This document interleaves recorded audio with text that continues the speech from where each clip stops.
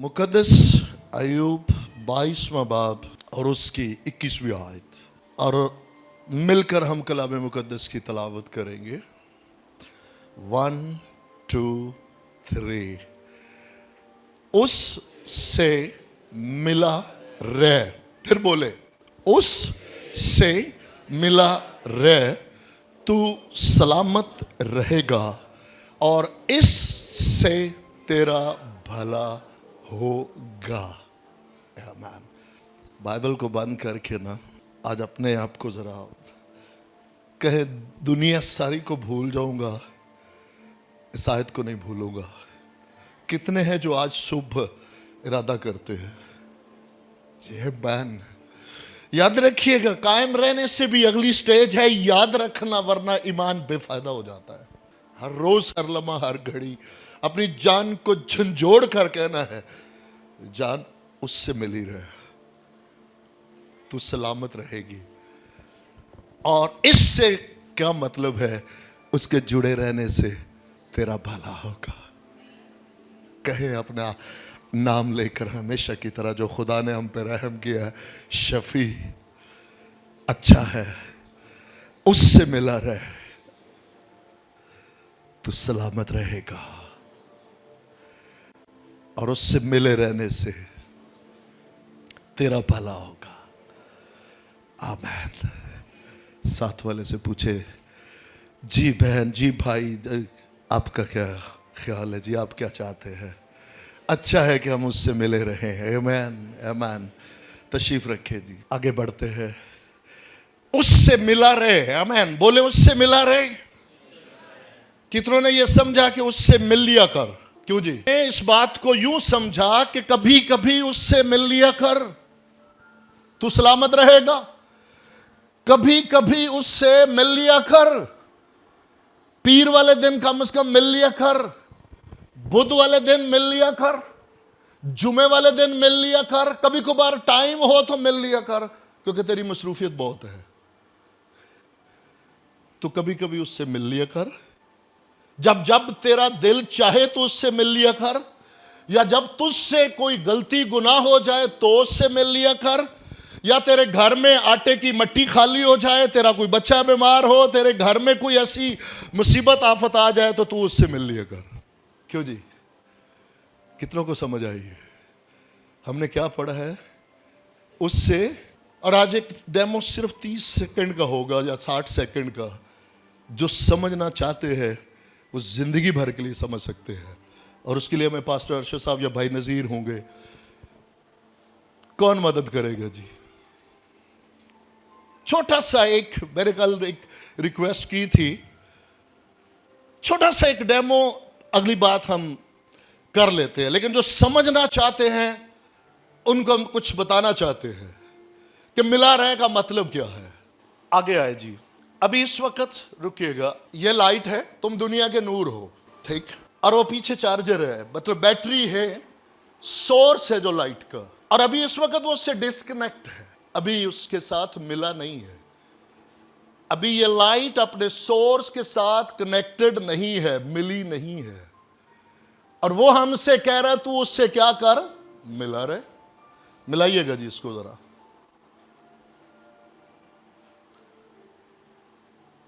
ये लाइट कहां से आई? ये लाइट कहां से आई? उस सोर्स में से, जो लाइट का सोर्स है। लाइट रोशन कैसे हुई? उससे। अच्छा, अब जब तक ये उसके साथ लाइट का सोर्स कनेक्टेड है, ये लाइट रोशन है। एक उतारिएगा जी, एक लम्हा। अब क्या हुआ? क्या लाइट मौजूद है? यस। केबल मौजूद है? यस। सोर्स मौजूद है? यस। तो फिर रोशन क्यों नहीं?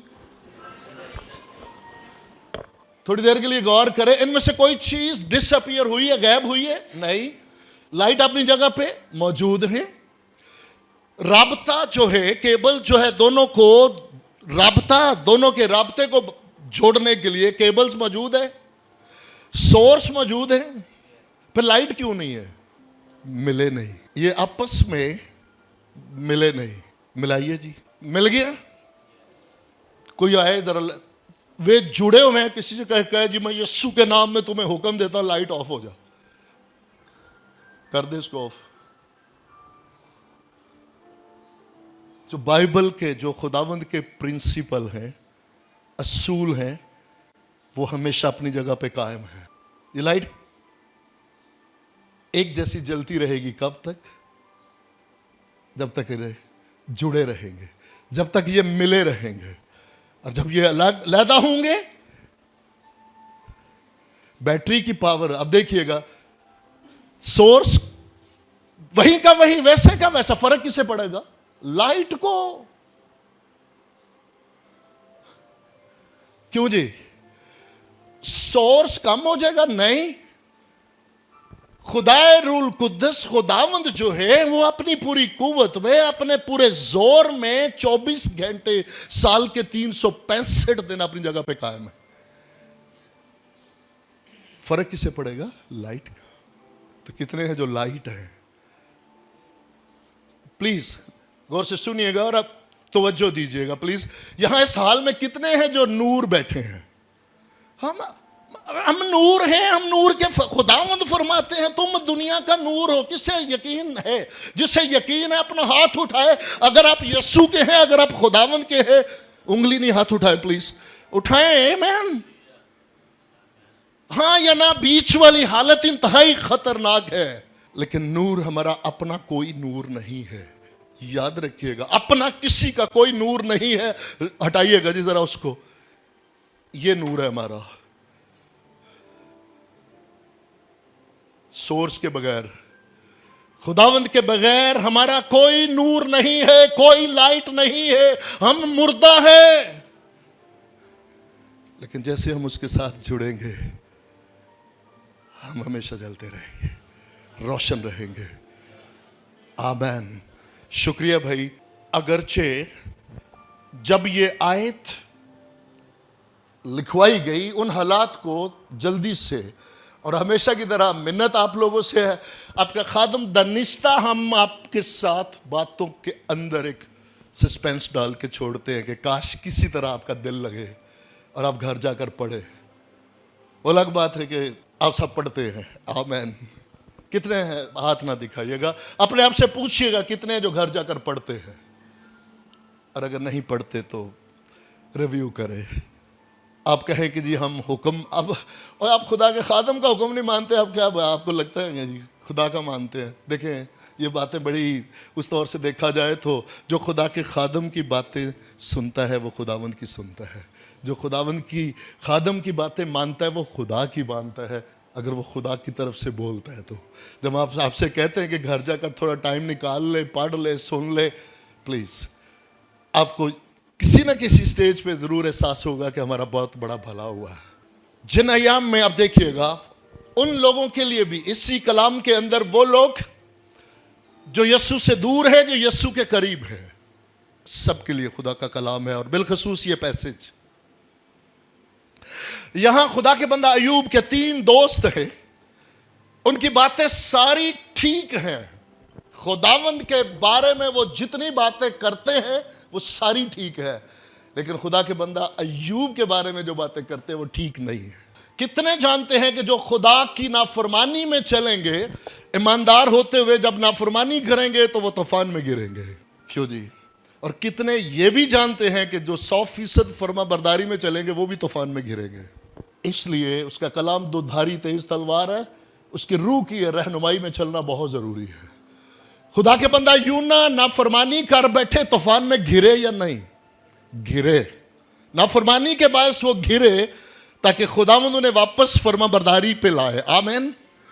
अब शागिर्दों को जब खुदावंद ने हुक्म दिया कि तुम, मैं पहाड़ पे दुआ करने जा रहा हूं और तुम कश्ती में बैठो और कफरनहूम को चलो, वो नाफरमानी थी फर्मा बरदारी?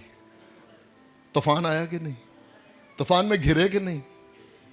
क्या नाफरमानी थी या फर्मा बरदारी? तो फिर क्यों आया तूफान? आमीन। ये समझना बहुत जरूरी है कि नाफरमानी में तूफान आया ताकि फर्माबरदारी की तरफ हो, और फर्माबरदारी में तूफान इसलिए आया ताकि मसीह तक पहुंचो, उसके कद के अंदाजे तक पहुंचो, ईमान की मजबूती हो और मसीह में ग्रो करो। इसलिए इस चीज को भी समझना बहुत जरूरी है। ट्रायल को हमेशा के लिए अपने ऊपर मुसल्लत ना करें, रूह की हदायत में जो आपके लिए उसे ढूंढे। अब इन्होंने सारे दोस्त जो है वो बातें क्या करते हैं, खुदावंद के बारे में सारी बातें 100% सच है, लेकिन खुदा के बंदा अय्यूब के बारे में जो वो कहते हैं वो सच नहीं है। खुदावंद ने आखिरी चैप्टर में कहा कि तुमने मेरे बंदा अय्यूब के बारे में नाहक बातें कही। ये अलग बात है कि उन सारे हालात में खुदावंद अपने बंदा के अंदर से जो बातें निकालने वाली थी, जो बातें दुरुस्त करने वाली थी, वो बुराई में से खुदावंद भलाई पैदा करके अपने बंदा को रिस्टोर कर रहे थे। आमीन। लेकिन यह खुदावंद ही का कलाम है, अगरचे उनके दोस्त उस वक्त कह रहे हैं, वो क्या उसे कह रहे हैं। और बाजुकात हम प्रीचर ईमानदार लोगों को खुदकुशी तक ले जाते हैं, और उसकी भी शहादत आपका ये खादम खड़ा हुआ है कि जब खुदावंद तैयार कर रहे, हमें जब खुदावंद तैयार कर रहे तो खादम कहते हैं हाँ ढूंढो कुछ जिंदगी में गुनाह, अगर तुम ये सफर कर रहे हो, या मुश्किल में हो, या मुसीबत में हो, तो ढूंढो। क्या ढूंढो? वो ये नहीं कहते कि आसमान की बादशाही ढूंढो, वो कहते हैं जिंदगी में गुनाह ढूंढो। और वो इतना को नीचे ले जाते हैं कि बंदा खुदकुशी करने पे मजबूर हो जाए। रूह में चलने का तजर्बा हमारे लिए होना बहुत जरूरी है। इसलिए हम शुक्रगुजार हैं कि इन 3 के बाद एक चौथा आया और उसने आकर बहाली की बातें की। अब यहां पे जो मिलना है, गौर से सुनिएगा, खुदावंद की बातों के साथ मुत्फिक होना। ये मिलना जो है, दुनिया की जबान में बताएं आपको, आप बिलखसूस लॉयर के पास जाते हैं अपना कोई केस लेके, और आप राइट पे हैं, और आप वो 50,000 मांगते हैं, और आप वो 50,000 देने को तैयार है, लेकिन आप सोचने पे मजबूर है, कई दिन तक सोचते हैं कि यार ये बंदा कितना को ऑनेस्ट होगा। ऐसा ना हो कि मैं इसको 50,000 दूं और ये दूसरी तरफ से 60, 80, 1 लाख लेके उसके साथ मिल जाए।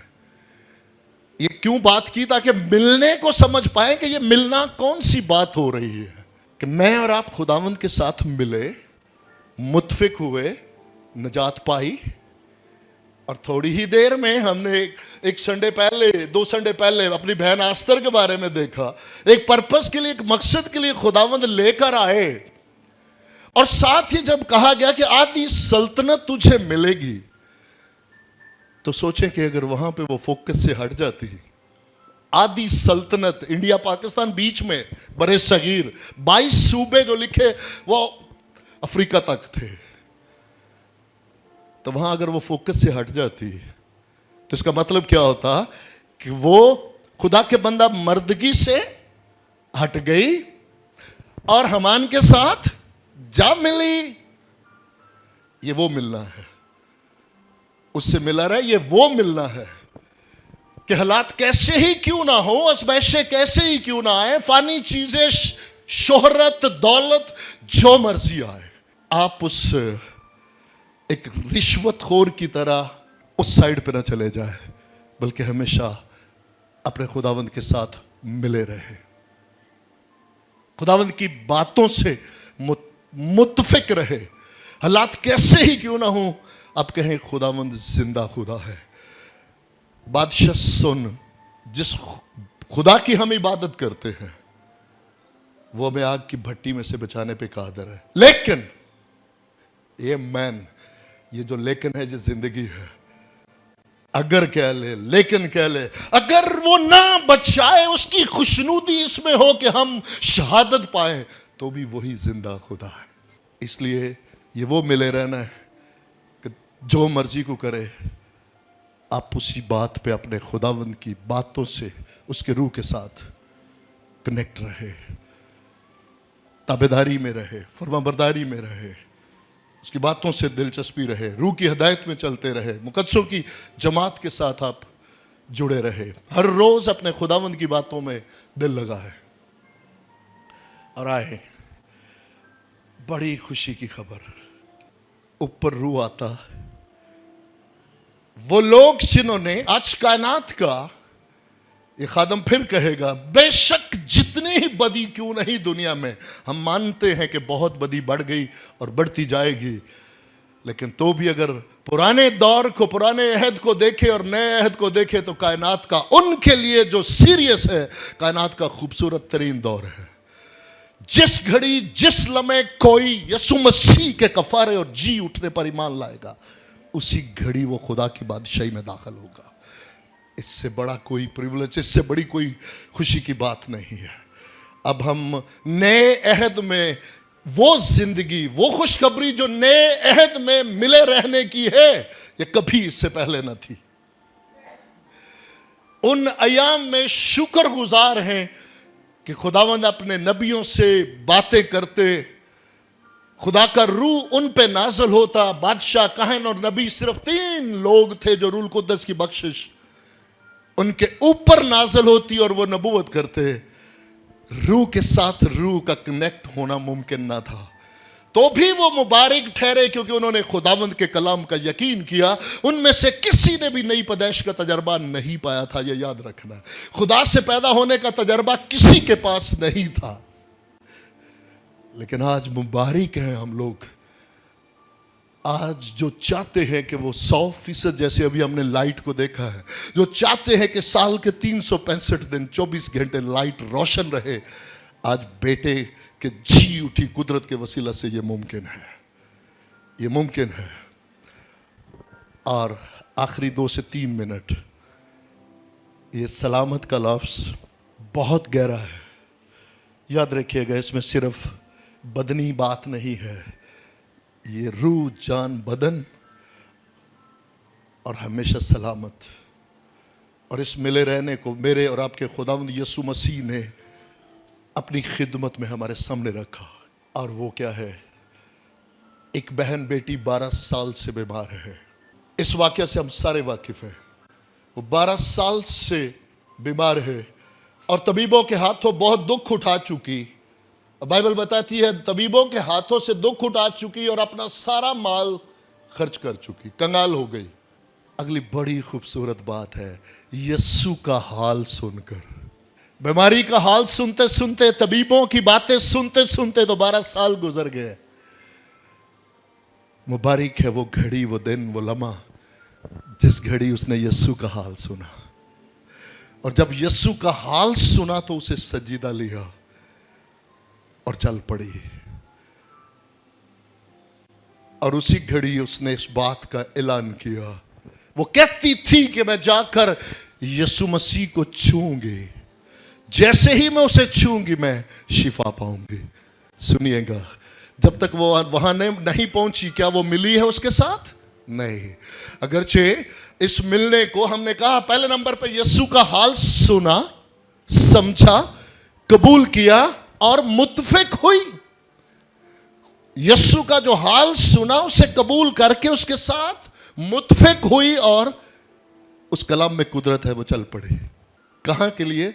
यीशु से मिलने के लिए, यीशु से मिलने के लिए। अब इसको जैसे भी देखेंगे, मिलना, कलाम से भी मुत्फिक होना, बदनी तौर पर भी मिलना, मुलाकात के लिए।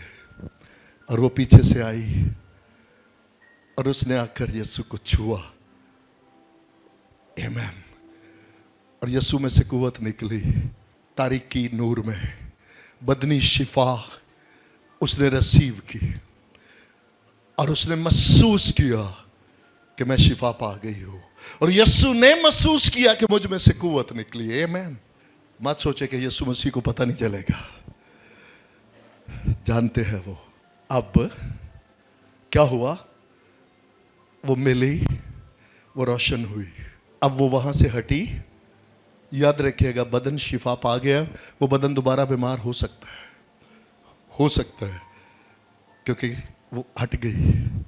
अब यीशु मसीह चाहते हैं कि वो ये इस प्रोसेस में नहीं कि अभी वो मिली, उसने हाथ लगाया, छुआ और फिर गैप आ गया। हाँ, अब यीशु मसीह चाहते हैं कि हमेशा ये मुझसे मिली रहे, मेरी बातें इसकी जिंदगी में रहे, मेरा जो हाल इसने सुना है, पाया है, ये इस पे कायम रहे। सारी भीड़ को छोड़ दिया और एक की तरफ मुतवज्जो हो गए। मत भीड़ का हिस्सा बने, उस एक में आ जाए जो यीशु को अपनी तरफ मुतवज्जो कर लेता है। और कौन सी ऐसी बात थी जिसने यीशु को अपनी तरफ मुतवज्जो कर लिया? 12 साल से बेबस हो, लाचार हो, बहुत इंसानों की तरफ जाकर हर कोशिश कर ली, लेकिन शुक्रगुजार हूं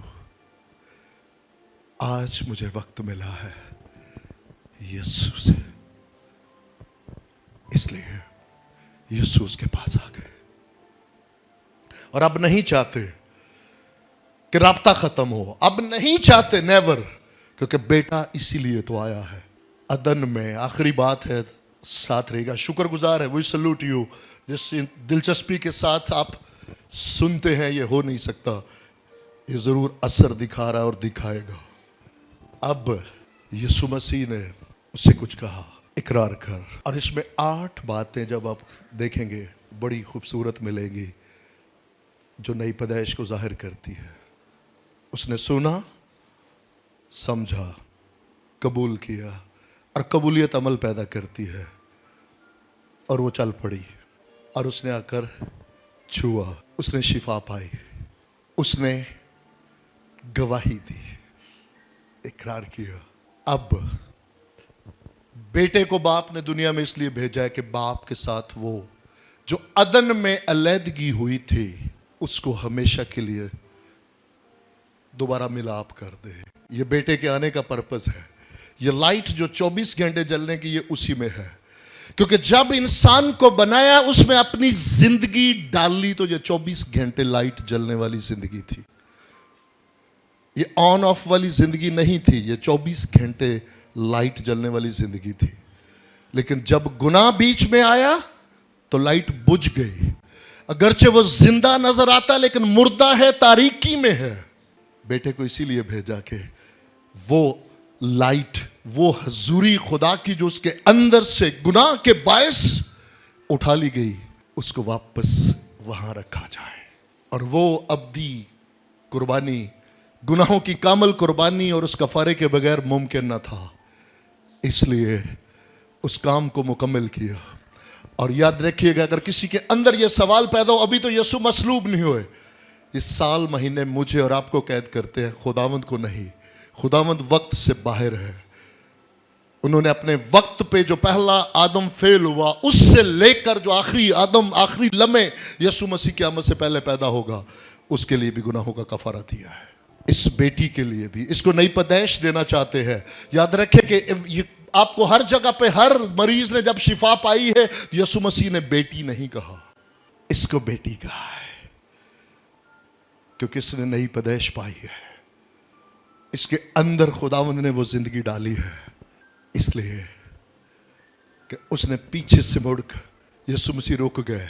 ये चर्च हमेशा याद दिलाता रहेगा कि यीशु मसीह की खुदा की बैक, खुदा की पोस्ट, एक वाक्या को हटाकर प्लीज, कि खुदावंद ने अपने बंदा मूसा से कहा कि तू उधर चट्टान गया, मैं हाथ रखूंगा और तू मुझे पीछे से देख ले।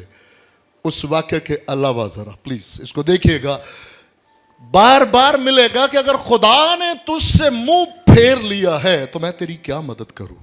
जिससे खुदा मुंह फेर ले, इसका मतलब क्या है? जिससे खुदा मुंह फेर लेता है उसकी तरफ खुदावंद की बैक होती है। और खुदा की बैक किसको जाहिर करती है? लानत को, तारीकी को, कर्ज को। खुदावंद अपना चेहरा तुझ पर जलवागर फरमाए, उसके चेहरे का नूर जो है वो जिंदगी है, वो बरकत है।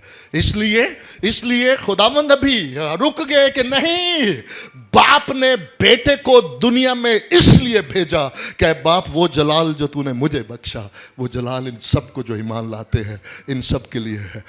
तू आई है तो तू बेटे के जलाल को देख कर जाएगी, क्योंकि इससे पहले मुमकिन ना था कि कोई खुदा के जलाल को उस नापाकी की हालत में बेटे के बगैर कोई भी उसको देखकर जिंदा नहीं रह सकता था। लेकिन अब वो बेटे के पास आई है और बेटे के वसीला से हर एक बाप के जलाल को देख सकता है और हमेशा जीता रहेगा।